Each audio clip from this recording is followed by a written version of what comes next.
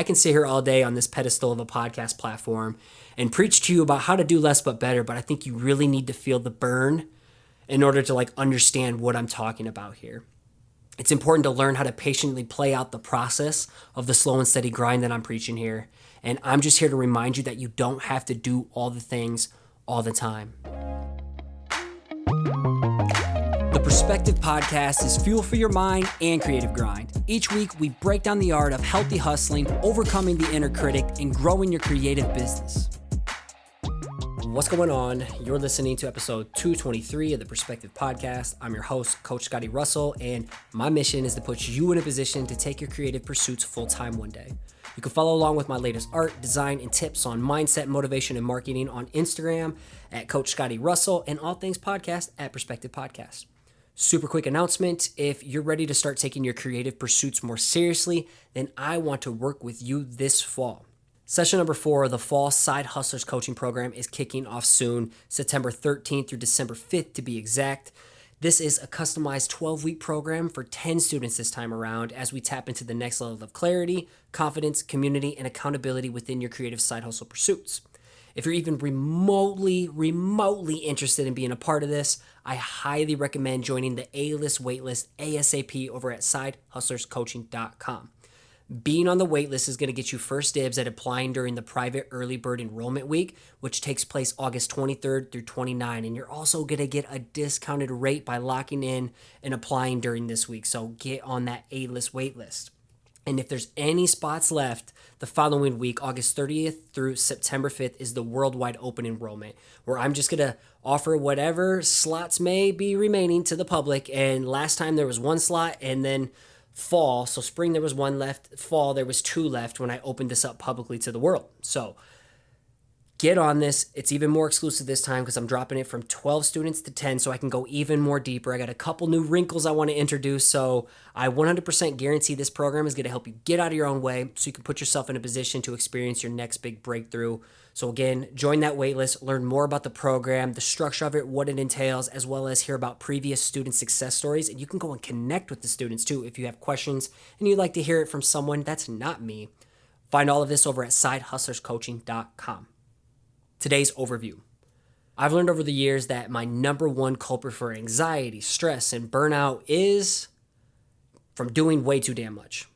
For years, I've always felt like I had to do all the things all the time, and this stemmed from feeling like I got a late start and or that I wasn't doing enough compared to everyone I looked up to, that comparison trap. And I'd bet a full Bitcoin or a couple Ethereum that you relate to this too. In my first few years of turning this hobby into a side hustle, I said yes to everything. And saying yes to everything was really important in my beginning years, when this was Perspective Collective. It was helpful in terms of giving me a lot of experience quickly, catching a pulse on what I liked and didn't like, as well as understanding what was and wasn't working. I saw quick growth early on putting this tactic to practice, especially within that first 1 to 4 year range. But then it led to navigating some seriously defeating plateaus. And I'd find myself continually stuck trying to unlock the next level. So today, I want to share how I've been able to constantly get myself unstuck over the years. It's all about my daily mindset and motto that's helped me explode my once hobby and side hustle into a now full-time dream job. Like, this shit is a dream job now, and it trips me out. I get to live this every day. That's why the motto and the mission is to put you in a position to do your thing full-time one day that you love. The goal of this episode is to show you how to reduce the overwhelm, increase your focus so you can experience better and bigger results with whatever you're trying to build with your creativity. But before we get started, could you do me a favor? This show grows because of dope souls like you sharing the good word with your family, your friends, or your following. It would mean the world to me if you took a screenshot or a video of you working to this in the background by tagging me over at Perspective Podcast so we can connect and I can reshare the love back. As always, keep an open mind and act on anything that inspires you today. Let's go. Most of my stuckness in the past as well as in the present, for lack of better words, I don't know if that's a word if I just made it up, but most of it was a result of these 2 harassing hoodlums that I constantly seem to be dealing with, and I guarantee you probably deal with them too. So number 1, that first harassing hoodlum is shiny object syndrome, which means being interested and distracted by anything new that positions itself as an opportunity. When you can't seem to focus, execute, or gain any traction, maybe it's because you have your hands involved in too many things. You got your hands in too many cookie jars. You're living in a world of split focus and trying to divide your attention and efforts into too many buckets of interest. For me and the students that I talk with and work with on the daily, shiny object syndrome always has me as well as them chasing okay opportunities. And then we find ourselves regretting the finite time that we had being held hostage once another hell yes opportunity came along the way. So we said yes to something that was okay, which held us up from doing something that was an absolute hell yes. Then we try to say hell yes to that hell yes. We wear ourselves down, take on too much, burn ourselves out, or we can't do it in the first place because we've reached our bandwidth. So the second harassing hoodlum that tends to hold us back and gets me feeling stuck is Superman syndrome. I've talked about this in the past before, plenty of times on the podcast, but I feel it's important now since there's new listeners, But this is the feeling you have to do it all the time. Like, this is me all the time. I have a hard time of not taking on too much, like one of my biggest weaknesses. And this eventually becomes your kryptonite like it has for me, and it prohibits explosive growth in an intentional direction. Pile that on with shiny object syndrome, and yeah, you are really setting yourself back. So with Superman syndrome, though, you pile your plate so high because you tell yourself, at least I tell myself, I thrive in chaos and I love the pressure. Pressure makes diamonds. Cliche term. Not a huge fan of it, but whatever. I digress. If you're like me with Superman syndrome, you glorify being busy over being productive. You feed yourself the excuse that I'm too busy to accomplish the results I really want. There's just too much shit going on. When in reality, what you're saying is that what you truly want or what's truly a priority really isn't a priority. All right, I'm too busy, but what you're really saying is like, that's just not a priority to me. Now you find excuses, you find reasons why you can't do something that you really want to do. You also find yourself stretched too thin and spinning your wheels, seeing minimal results.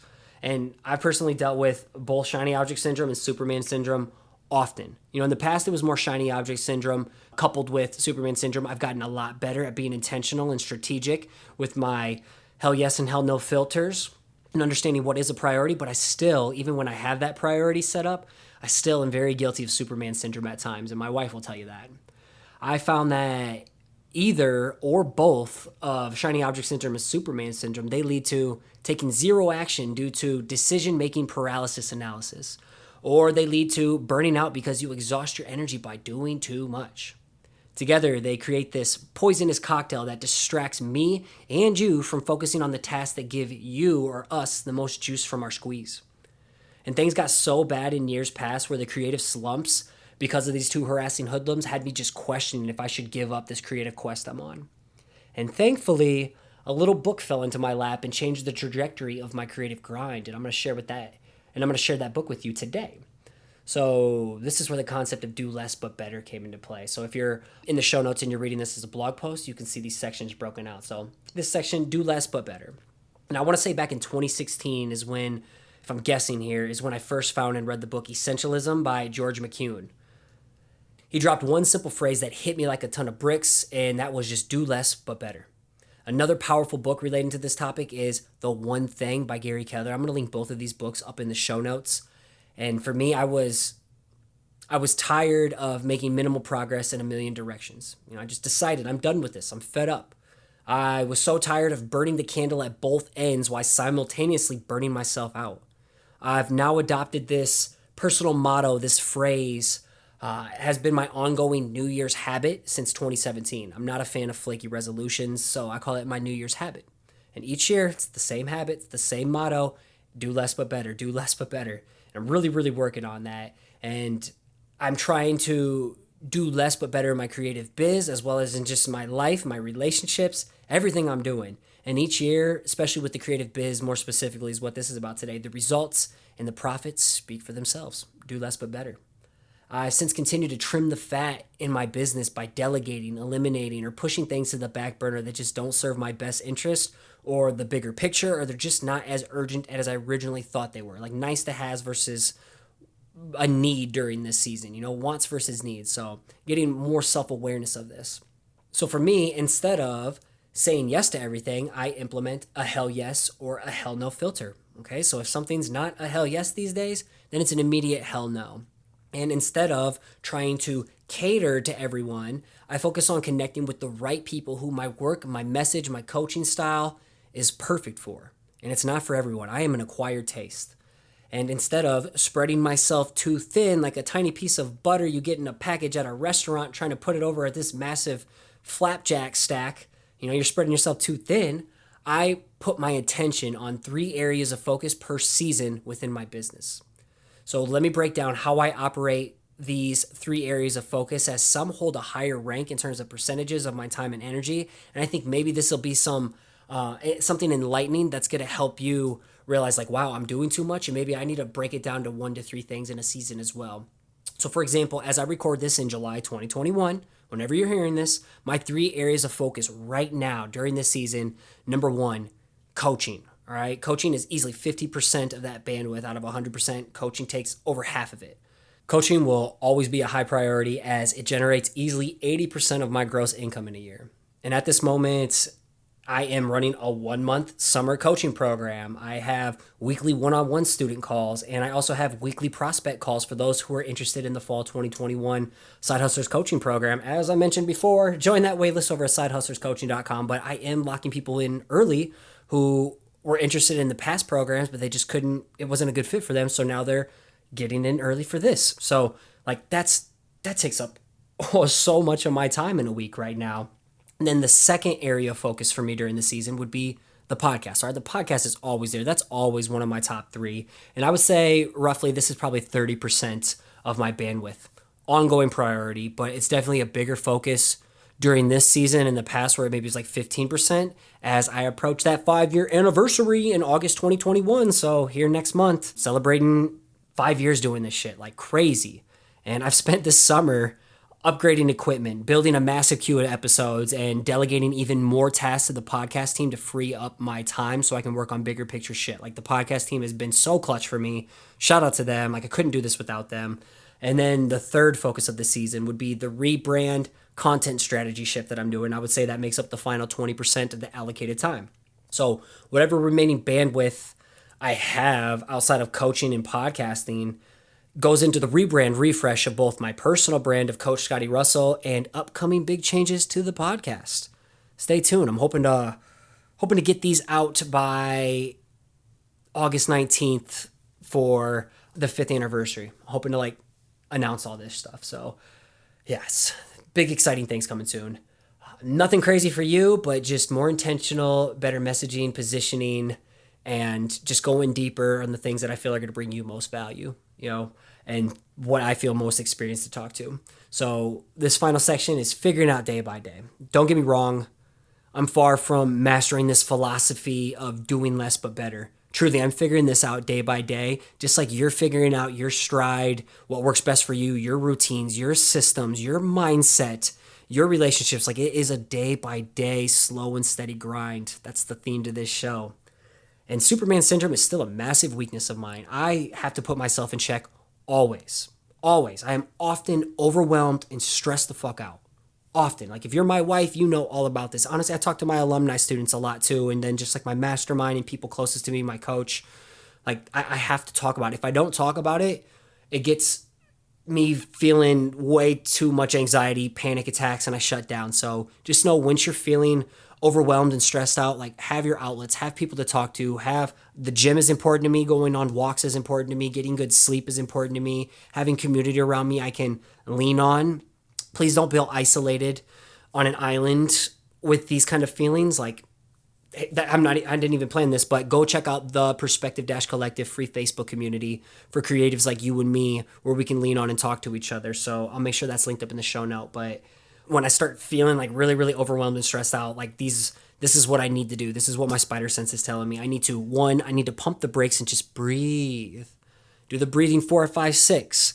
Inhale for 4, hold it for 5, exhale for 6. My nightly meditations, and to get rid of those anxiety feelings that are coming on. Number 2, when that spider sense is tingling and I'm starting to feel just super overwhelmed, I need to remind myself to simplify the game. Like, Scotty, you're doing too much, bro. You're doing too much. My main thing I take pride in with my students is I help them simplify the game so they can get quick wins, and put themselves on a trajectory and build a foundation to do the shit they love long term. And then the last thing, number 3, when my spider sense is just tingling, warning me that I need to start getting shit off my plate one task at a time. And that goes back to that book I recommended, Gary Keller, The One Thing.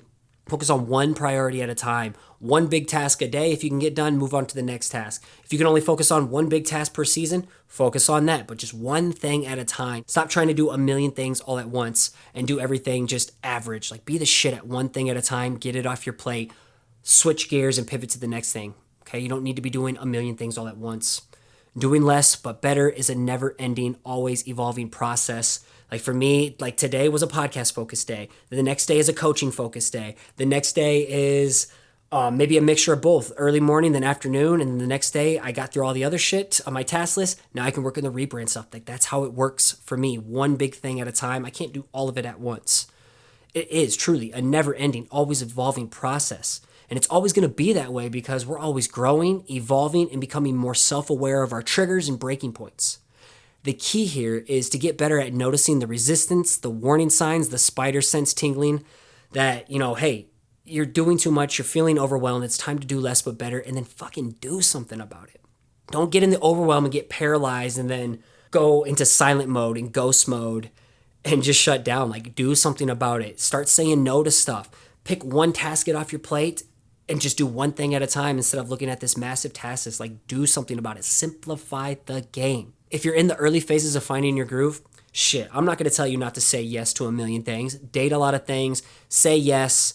Figure it out along the way. Because while I'm saying this, I think it's important to overwhelm yourself early on, as well as you go throughout your creative business pursuits. That way you get firsthand experience of how to operate your time, your energy, and focus. Like, I can sit here all day on this pedestal of a podcast platform and preach to you about how to do less but better, but I think you really need to feel the burn in order to understand what I'm talking about here. It's important to learn how to patiently play out the process of the slow and steady grind that I'm preaching here. And I'm just here to remind you that you don't have to do all the things all the time. If you walked away today with one thing, I hope it's just to realize that you can do less but better and still see a ton of results. That's my motto. That's my New Year's habit. Today, tomorrow, and years down the road into the horizon. So the more I do less but better, the better I am as an individual, a human, the more value I can create, the more impact I create, and the better my business is. So I hope you take away and really learn a lot from this one today. Do less but better.